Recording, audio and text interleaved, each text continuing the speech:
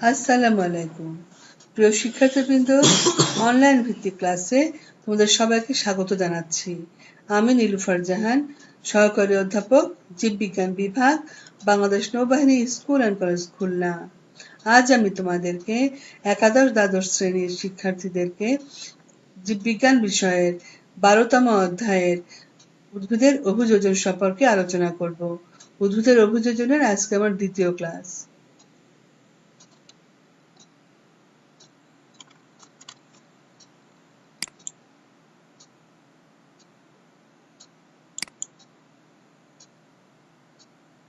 আমরা আজ মরুজ উদ্ভিদ সম্পর্কে আলোচনা করব। গতদিন আমরা জলজ উদ্ভিদ সম্পর্কে আলোচনা করেছিলাম। আজকে মরুজ উদ্ভিদ সম্পর্কে আলোচনা করব। বৃষ্টিপাতহীন শুষ্ক ও বালুকাময় অঞ্চলের উদ্ভিদকে মরুজ উদ্ভিদ বা জেরোফাইট বলে। যে অঞ্চলে কম বৃষ্টিপাত হয় সে অঞ্চলেও জেরোফাইট জন্মাতে দেখা যায়। জেরোফাইটকে প্রধানত নিম্নে 4টি ভাগে ভাগ করা যায়, যথা: খরা এড়ানো উদ্ভিদ 1 নাম্বার। সাধারণত এ জাতীয় উদ্ভিদ বর্ষজীবী বা দ্বিবর্ষজীবী হয়ে থাকে। অনুকূল পরিবেশে এরা খুব দ্রুত বৃদ্ধি পায় এবং অল্প দিনের মধ্যে জীবন চক্র শেষ করে। প্রতিকূল পরিবেশে এদের মাটির উপরের অংশ মরে যায়, কিন্তু মাটির নিচের অংশ বেঁচে থাকে। পুনরায় অনুকূল পরিবেশের আগমনে নতুন গাছ সৃষ্টি হয়। এভাবে এরা খরা থেকে নিষ্কৃতি পেয়ে থাকে, যেমন অ্যাস্টারেসি। কৌশলে খরা এড়ানো উদ্ভিদ। এ জাতীয় উদ্ভিদ আকৃতিতে ক্ষুদ্র এবং এদের বৃদ্ধি সীমিত।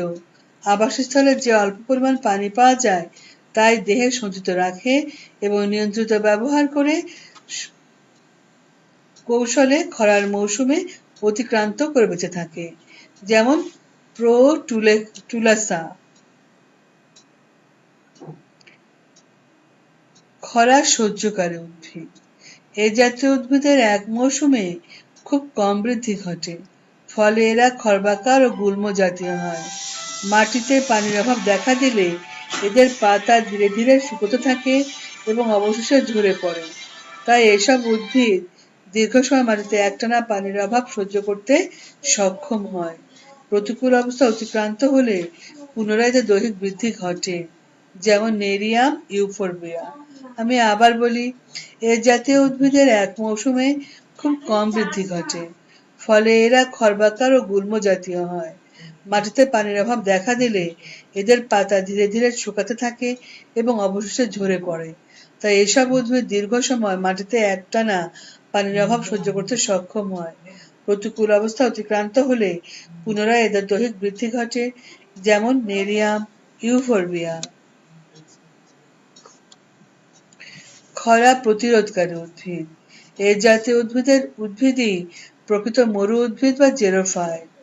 আবাসস্থলে সামান্য বৃষ্টিপাত হলেই প্রসারিত মূল দিয়ে এরা তা সংগ্রহ করে নেয় ও পাতায় সঞ্চয় করে রাখে। এ কারণে খরা প্রতিরোধকারী উদ্ভিদের কাণ্ড ও পাতা রসালো হয়। মাটিতে পানির ঘাটতি দেখা দিলে এরাও সঞ্চিত পানি ব্যবহার করে টিকে থাকে। প্রচণ্ড খরায়ও এদের বৃদ্ধি একেবারে বন্ধ হয় না, যেমন অপুরুষিয়া অ্যালো। অপুরুষিয়াটা কি? আমরা যেটা বলি ফণি মনসা, আর অ্যালো হচ্ছে অ্যালোভেরা। আমরা সবাই জানি অ্যালোটা অ্যালোভেরা। জেরোফাইটের চারিত্রিক বৈশিষ্ট্য বা মরুজ উদ্ভিদের চারিত্রিক বৈশিষ্ট্য।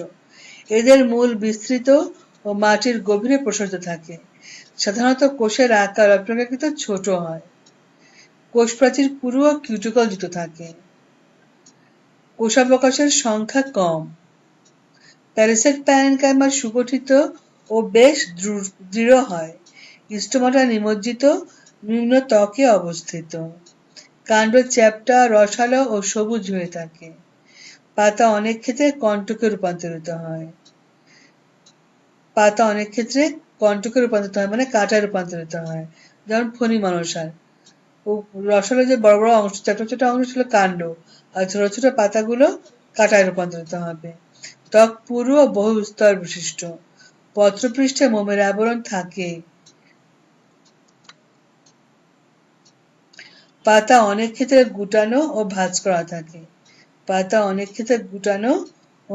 ভাঁজ করা থাকে। জেরোফাইটের অভিযোজন। অঙ্গ সংস্থানিক অভিযোজন। আবাসস্থলে পানির অভাব থাকায় মূল সুগঠিত শাখা প্রশাখায় বিভক্ত হয়ে মাটির গভীরে প্রবেশ করে। প্রধান মূল শাখান্বিত হয়ে ছড়িয়ে পড়ে। মূলে মূলরম ও মূলত্র থাকে। কাণ্ড অধিকাংশ ক্ষেত্রে খর্বাকার, শক্ত ও কাষ্ঠল এবং পুরু বাকলে আচ্ছাদিত। কাণ্ড কোনো কোনো ক্ষেত্রে চ্যাপ্টা, রসালো, সবুজ ও পত্রবৎ, যেমন ওপুনশিয়া। কতিপয় ক্ষেত্রে রসালো ও সবুজ, কিন্তু পত্রবৎ চ্যাপ্টা না, যেমন ইউফোরবিয়া। কাণ্ড সাধারণত রোম বা রোমের আবরণে আচ্ছাদিত থাকে। কাণ্ড সাধারণত রোম বা মোমের আবরণে আচ্ছাদিত থাকে। পাতা অতিমাত্রায় সংক্ষিপ্ত ও রূপান্তরিত হয়ে শল্কে বা কণ্টকে রূপান্তরিত হয়, যার ফলে প্রশোধনের হার কমে যায়, যেমন ওপুনশিয়া। সাধারণত যেসব উদ্ভিদে পাতা থাকে সেসব উদ্ভিদের পাতা পুরু ও রসালো হয়, নতুবা শক্ত ও চর্মবৎ থাকে। কতিপয় উদ্ভিদের পাতা গুটানো ও ভাঁজ করা থাকে। কতিপয় ক্ষেত্রে উপপত্র কণ্টকে রূপান্তরিত হয়, যেমন জিজিফাস। কোনো কোনো গাছের পাতা নিডেলের ন্যায় হয়, যেমন পাইনাস। পাতার পৃষ্ঠদেশ উজ্জ্বল ও চকচকে হয়, তাই আলো ও তাপ প্রতিফলিত হয়। অন্তর্গাঠনিক অভিযোজন।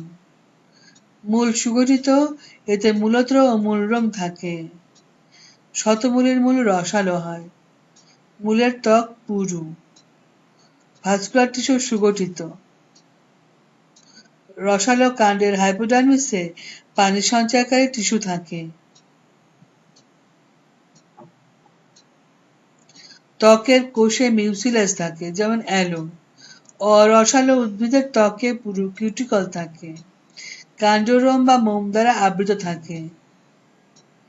এদের স্টোমাটা নিমজ্জিত, লম্বা ও ঘন রোমে ঢাকা থাকে। ভাস্কুলার টিস্যু যান্ত্রিক টিস্যু খুবই সুগঠিত ও লিগনিন যুক্ত।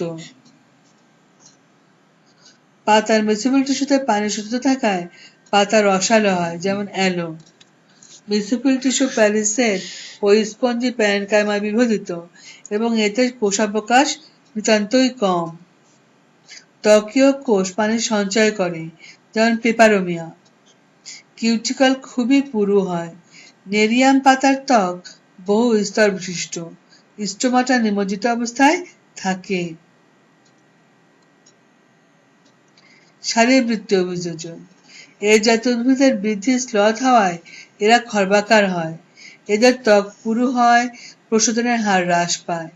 স্টোমাটা নিমজ্জিত হয় এবং রোম দ্বারা ঢাকা থাকায় প্রশোধনের হার হ্রাস পায়। এদের পাতা কণ্টকে পরিণত হওয়ায় প্রশোধনের হার হ্রাস পায়। এদের কোষে পানির ঘাটতি ঘটায়, এনজাইমের কার্যকারিতা হ্রাস পায়। কোষরসের উচ্চ ঘনত্বের কারণে পাতা সহজে শুকোতে পারে না। এবার আসো দেখি সাধারণ উদ্ভিদ কেমন হয়। যে আবাসস্থলের মাটিতে পানির পরিমাণ স্বাভাবিক, সেই স্থানে যেসব উদ্ভিদ জন্মায় তাদেরকে সাধারণ উদ্ভিদ বা মেসোফাইট বলে।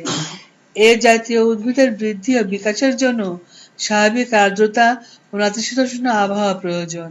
মেসোফাইট উদ্ভিদের অভিযোজন। এদের মূল সুগঠিত ও শাখা প্রশাখা যুক্ত। এদের মূল সুগঠিত ও শাখা প্রশাখা যুক্ত।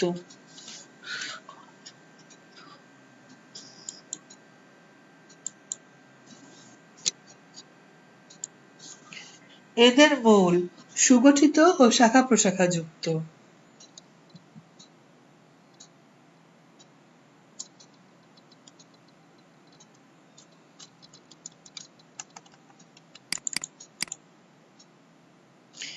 মূলে মূলরম ও মূলত্র বিদ্যমান। মূলে মূলরম ও মূলত্র বিদ্যমান। কাণ্ড সাধারণত বায়বীয় ও শাখান্বিত। পাতা বড়, প্রশস্ত এবং বিভিন্ন আকার আকৃতি বিশিষ্ট। পাতা কখনো কখনো রোম ও মোমে আচ্ছাদিত থাকে না। পাতা কখনো কখনো রোম ও মোমে আচ্ছাদিত থাকে না। ত্বকে কিউটিকল সাধারণভাবে গঠিত হয়। ত্বকে কিউটিকল সাধারণভাবে গঠিত হয়। ত্বকের কোষে ক্লোরোপ্লাস্ট থাকে না। ত্বকের কোষে ক্লোরোপ্লাস্ট থাকে না।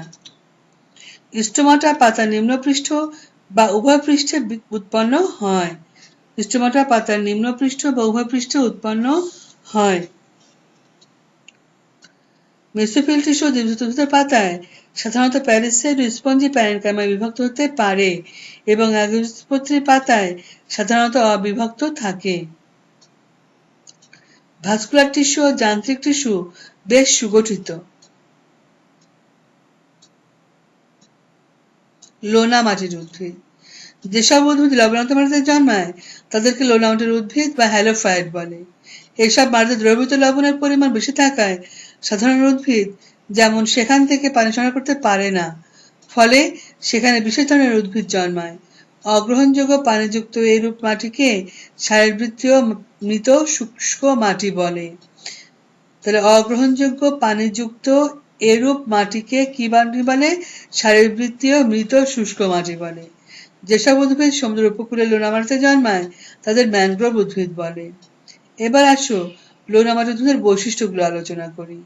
এ জাতীয় উদ্ভিদ বর্ষজীবী বা বহু বর্ষজীবী বিরুৎ, গুল্ম ও বৃক্ষ ধরনের হয়ে থাকে।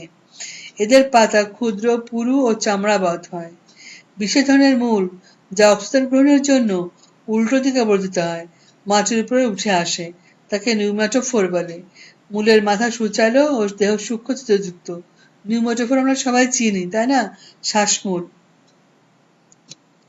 বীজের অঙ্কুরোদ্গম জরায়ুজ প্রকৃতির, অর্থাৎ বীজটি গাছে থাকা অবস্থায় অঙ্কুরোদ্গম শুরু হয়ে যায়। কর্দমাক্ত মাটিতে খাড়া হয়ে থাকার জন্য ঠ্যাস মূল উৎপন্ন হয়। আজ আমাদের পাঠ এ পর্যন্তই। আমরা আগামী দিন ব্যায়াম সম্পর্কে আলোচনা করব। আল্লাহ হাফেজ।